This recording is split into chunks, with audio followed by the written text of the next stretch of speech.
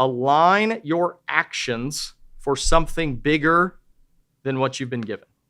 Because that is how you are going to become a better you. Chad Peterman here, and you are listening to Can't Stop the Growth, a platform for leaders and teams to grow and thrive. We highlight the importance of personal development, pursuing greatness, and always chasing your potential. Let's get into it. Setting big goals really works to clarify what it is that you need to work on. So, classic example, if I just want to get, we're nearing the end of the year, I look at the year, I look at my performance, and I say I'm here and here. And I just want to get, just a little bit better over the course of next year. Well, what that doesn't do is it doesn't allow us to get out of our comfort zone. We can essentially be the same person we were this year, next year, and probably accomplish a little bit more, right? We've learned things throughout the year. We've gotten better at things, all of those things. And if you give it over the course of a year, you should be able to get a little bit better. But what we talked about 2 weeks ago is that if we set that goal 10 times higher, so if you were to take what you did this year or what you were aiming for this year and you multiplied it by 10, that's not saying that you're going to hit it, but what would your actions on a daily basis look like if that was your goal? What would you have to change? Because the idea of a goal is to effectively change who you are today, become a different person. And so we talked about how these big goals add to clarifying what it is that truly are going to move the needle, what is going to move us closer. And those changes are behavioral, not results, right? You set a 10x result goal out there, but at the end of the day, you're never going to change that result. You're going to change the behaviors that you have each and every day. So, as you set that goal, then work backwards, right? And that's what we're going to talk about today is setting a 10x goal, if you've never done it, can be pretty damn frightening, right? Like, there's no way I can do that. There's absolutely no way that I can accomplish that. You know what? If that's what you're saying, that's a fantastic start. Because if you set the goal and in your mind, you're like, oh yeah, I can do that. That should be easy. Well, you're essentially saying it would be easy and I can do that because of who you are today. The person you are today, yeah, they can probably accomplish 10% more. No doubt. Like you could literally fall into it. You could probably go, if there's 250 working days, you could probably go 200 of them and not do a damn thing differently and really focus in for 50 days and probably hit that 10%. But it's who are you going to become? Who do you want to become? And that'll be the differentiation that we talk about today. Do you need it or do you want it? And so we're going to get into, once we set our 10x goal, where are we going to get stuck? What are the things that are going to hang us up on a daily basis? And my hope is that we provide some action steps as to how in the hell can I actually do this? And don't think you're like the only one. I got to figure out the same stuff. I set my 10x goal. Well, okay, how am I going to change? If I'm going to achieve something 10x bigger than what it is today, I'm literally going to have to change as a person. So how do we keep ourselves motivated? Because the first thing you're probably thinking is, okay, I got this 10x goal, super excited, I'm pumped up. What do they always say? January 1st, right? January 1st, I got my goals. You know what the most depressing day of the year is? January 24th. You know why that is? Because that's when people give up on what they set out to do on January 1st. So how do we combat that? Because it's natural, right? Like January 1st, we get to the 2nd, we get to the 3rd, we get to the 4th, and we're like, I don't feel 10x better. Because usually what happens, you set out a new goal, that first day you'll fall backwards if you're focused on the result as opposed to the behaviors that you need to have to hit it. You're probably not going to hit a 10x goal by the end of next year. I'd be okay with that. But if I was, what would that look like? So a lot of today's stuff that I'm going to talk about is out of this book here. It's called The Gap in the Gain. It's by Dan Sullivan and Benjamin Hardy. So Dan Sullivan is a guy who owns a company called Strategic Coach, coaches a lot of entrepreneurs. I've never met him, but I'd like to meet him someday because I really like what he has to say. And so this book, if you want to know how to combat the thoughts and the fears and the anxiety around setting big goals, pick up this book or go listen to it. I've read probably half of it so far. And what I would tell you is an easy listen too, because there's a lot of like quick hitter stuff that's like, oh yeah, that makes sense. And so in this book, he talks about, and one of the quotes on one of the early pages is, the way to measure your progress is backwards against where you started, not your ideal. Now, let's break that down. The ideal is your 10x goal, right? That's where you want to be. But oftentimes, what we find is that we measure wrong. We measure our progress wrong. Because why do people quit on the 24th of January? Because they've seen no result, right? They set this big goal that they expect to hit by the end of the year, but they want the result by January 24th. That's 23 days. What can you do in 23 days if you're focused on what you aim to achieve by the end of the year? So what I always talk about, I've talked about it a number of times, doubling your goal. Whatever you think your goal is, then double it. Because it's not going to happen tomorrow. So stop getting so frustrated. If you ever find yourself frustrated with a goal, you're measuring wrong.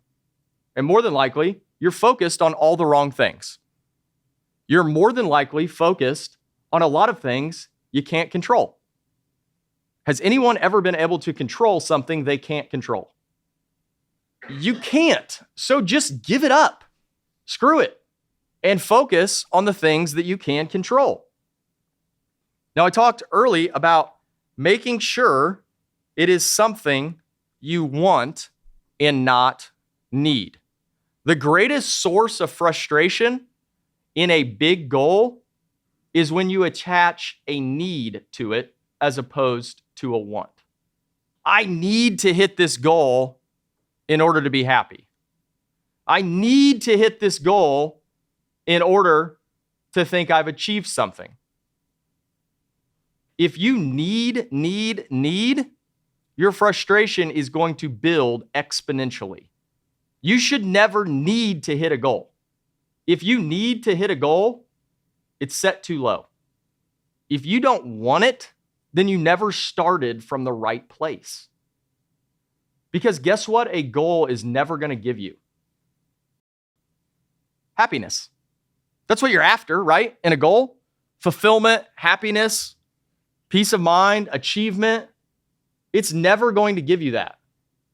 I mean, think about all the stories. You probably heard them, these people that make zillions of dollars and yet they're never happy. They never achieve happiness because oftentimes they felt like they needed it. They needed to get there in order to achieve it. Now, a lot of times when we think about need, we think very surface level, right? It's like, well, I need this because I didn't set my own personal budget right. I need this because I've got to do this, or I need this because of whatever it may be. Well, oftentimes what you will find, and you'll have to sit and do some thinking, a lot of our needs are tied to internal motivations. Let me give you an example. So, for the longest time, and something that I have dealt with my entire life, probably more so here as I've gotten older, because then you start to get a little smarter, you start to get a little introspective, you kind of figure out your, why you do things. And so, for the longest time, I needed my dad's approval. I needed him to say that he was proud of me, to say that I did a good job, that I had accomplished something.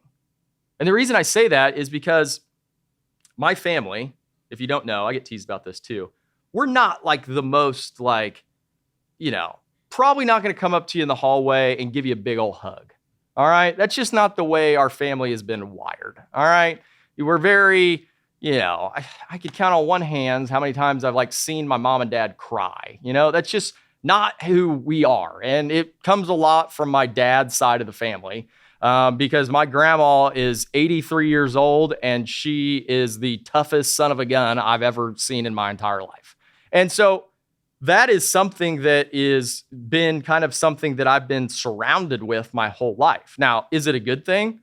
Probably not from an emotional standpoint, but it's something that we have to battle through, right? And so for the longest time, that was why I did what I did.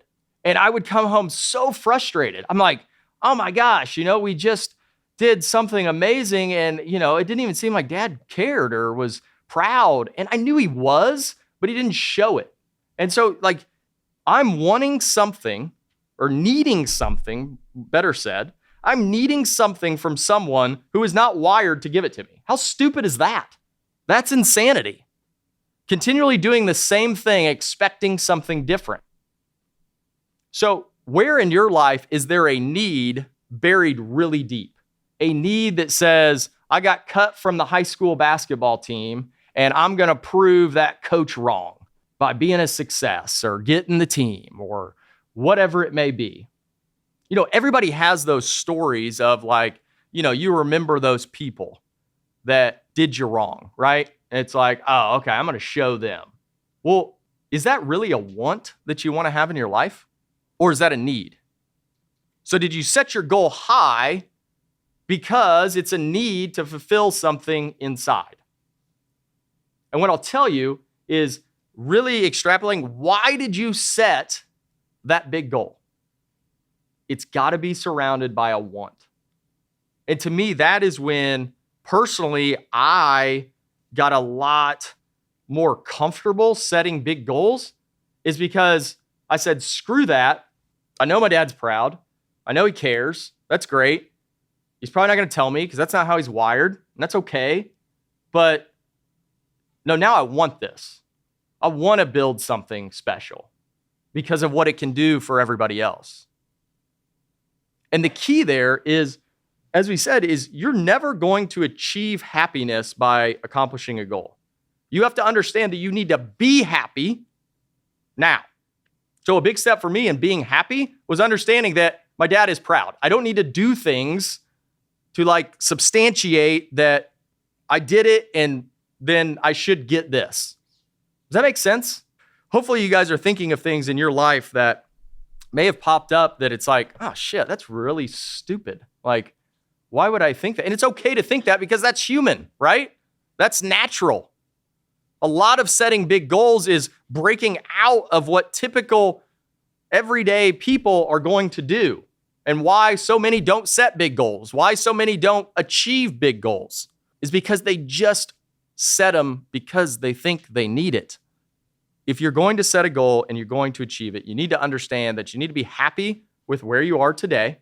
And the best way to achieve happiness along the journey of achieving a big goal is measurement, is looking back at where you were and where you are today. As I think about it, my big goal, 10X goal, is to be $1 billion company. So if I were to measure my success at achieving my 10X goal on this year's performance versus that goal, I'd have a lot to be disappointed about because we're not close. We got a long way to go. But that's the whole point. We set it big on purpose so that we know how to act every single day. Well, I will tell you that because I have been working on judging where we were to where we are, I will tell you this week alone, I've sat in some of the most impressive presentations and seen some people just doing amazing things around here that I'm like, holy shit, that idea, that project, that thought, that, report, that whatever we were doing, that can scale. That can be really valuable in taking us there. And we didn't have that yesterday.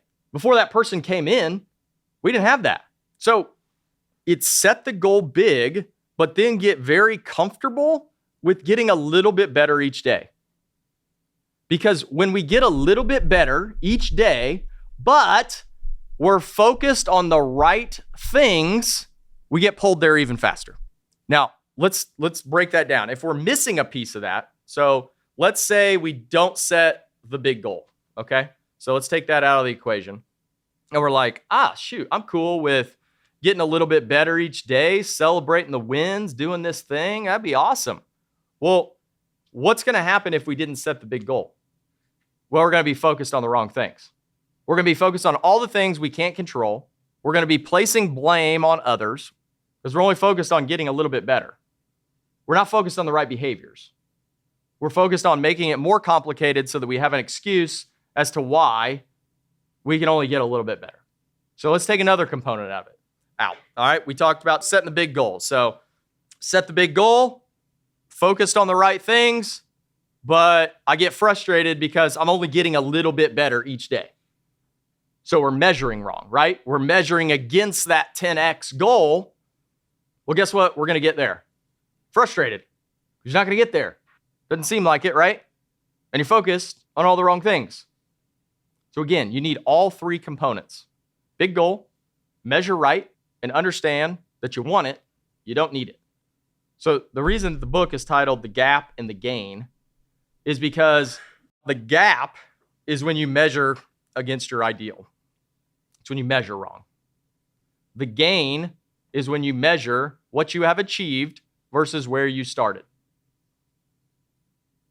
Focus on the things that you can control. The more you focus on the things that you can't, your frustration level will go through the roof. If you find yourself frustrated at any point in time, I can tell you, you are living in the gap. You are living in a place where you are measuring against an ideal as opposed to measuring on how I can get better today. And if you measure on a day-to-day basis, guess what? You can be happy every day. You will rarely see me in a bad mood, except for when I have to listen to the Chipmunks Christmas songs. But other than that, I'm usually pretty good. But it's because I've trained myself to understand that we're going to measure from where we were yesterday, and we're going to focus on the things that we can control. The other piece of information to consider is that when you set these big goals, your big goal is not reality, right? You haven't achieved it. It's not real. So is it smart to measure yourself against something that isn't real? Whereas yesterday's results, those are real. That actually happened. So we can use that as a baseline to continue to move forward. And the great part about it is that if you set your goal right, but you focus on the day-to-day improvements and measuring from where you started, you may not hit that big goal. But if that is what is kind of illuminating that pathway to it, you're going to be focused on the right things and you're going to get better every day. You're going to find the happiness when you measure from where you started. When you live in the gain, you're going to start happy and you're going to continue that. Because I can guarantee you when we hit 1 billion, it's going to be like, well, what are we going to do? We're going to set the next goal. And like I said, I don't need to get there, but I want to. I hope you want to too. It'd be pretty cool. No one's ever done it. Someone's got to do it. It's a cool thing about 10x goals. Someone has to do it. You know, I watch a lot of sports documentaries. No one had to be Michael Jordan. No one needed that, but he wanted it. Kobe Bryant, same way. He wanted it. You watch those documentaries and watch how hard those guys work, how motivated they are to be something that no one has ever been. They probably didn't set out to be the greatest basketball player that ever lived. What they set out to do was get a little bit better each day. So if you want to be the best damn whatever it is, that's awesome. But that best damn thing is going to come one day at a time. So I want to read you a little piece of this book. So we've talked about the gap and the gain, wanting to need it. So I thought this was really well written here. So when you're in the gap, you're desperate to get there because you're trying to escape being here. You're bouncing around rather than getting real and getting traction. When you're in the gap, you aren't thinking long term. You're impulsively trying to fill an unresolved need. Conversely, when you're in the gain, you no longer need to be there. This doesn't mean that you don't have huge goals. It simply means you're fully here. You're where you want to be. You're playing a long game, which means you love where you're at now and you love where you're going. You're here. You don't need to be there. You're here. Be here. By playing the long game, you set your own course. You stop worrying about what other people think about you. You stop seeking other people's approval of how you're living your life. You stop trying to measure up to other people's standard of success. Instead, you decide what success means to you, and you choose the life you'll live. You realize that you're only living that life now. So, from my personal story that I told you, you can understand why that hit me so hard on page 24. Because it's been something that I've been working on for quite some time. And I share that because I know that probably a lot of you are going through the same thing. It's perfectly normal. It's fine. But uncover that. What do you need versus what do you want? Align your actions for something bigger than what you've been given. Because that is how you are going to become a better you. You're not going to become a better you by hitting the goal that we gave you, or you came up with it yourself, or whatever. Because the goal you come up with is going to be achievable, right? Yeah. You're going to do that. So what do your actions need to look like? Something's going to have to change in order to double what you've been given. So what's going to change? What are you prepared to do differently? Now, don't take this the wrong way. It's not like you're doing everything wrong now. That's where you've got to be okay. You're not turning into a different person. You're not doing different things because you're wrong. You're doing different things because you want to be a better version of who you are. So many people are resistant to change because they're scared that if they change, they have to come to grips with they weren't doing something right in the first place. There is a lot of right. Keep doing it. But how do you take that to the next level? How do you become a better version of yourself? That's what we're after, is true transformation. If you focus on becoming a better you, the rest will take care of itself. You know, I've told the Tiger Woods story. Tiger Woods, literally did something in golf through his first, I can't remember the exact years, but 5 or 6 years. He was unstoppable. But guess what he did? He changed his entire damn swing. People were like, what is he thinking? He is the greatest golfer on the planet. And the dude went and changed his entire swing. It worked because then he went and terrorized the tour again with a brand new swing. Now, why would someone do that? Because he was measuring from where he was and he knew he wanted to get a little bit better. So as you look at next year, in whatever role it is, so many people come up to me and, they're super excited about growth and all this stuff. And I love it. It's awesome. They got these grand plans for 4 or 5 years down the road. They're taking on the world and this, that, and the other. And I'm like, well, okay, cool. But in the back of my mind, you know what I'm thinking? What are you doing on a daily basis to get better at what it is that you're doing right now? Because that is going to be an indicator of if you truly are going to be ready when that time comes. Again, you can set your 10x goal, but then you got to work backwards as to what are you going to do today to get a little bit better? What are you focused on? Oftentimes, it's all the wrong things. When you break it down to the things that you need to focus on, they will all be really simple. The key is going to be you overcoming the need to blame or complain or do anything about why you can't do those things. That's the key. And the bigger key is going to understand that just because you're doing something different in 2024 doesn't mean you did anything wrong in 2023. It just means you're working to get better. As we wrap up today, the biggest thing I want you to take away is that you are perfectly fine right now.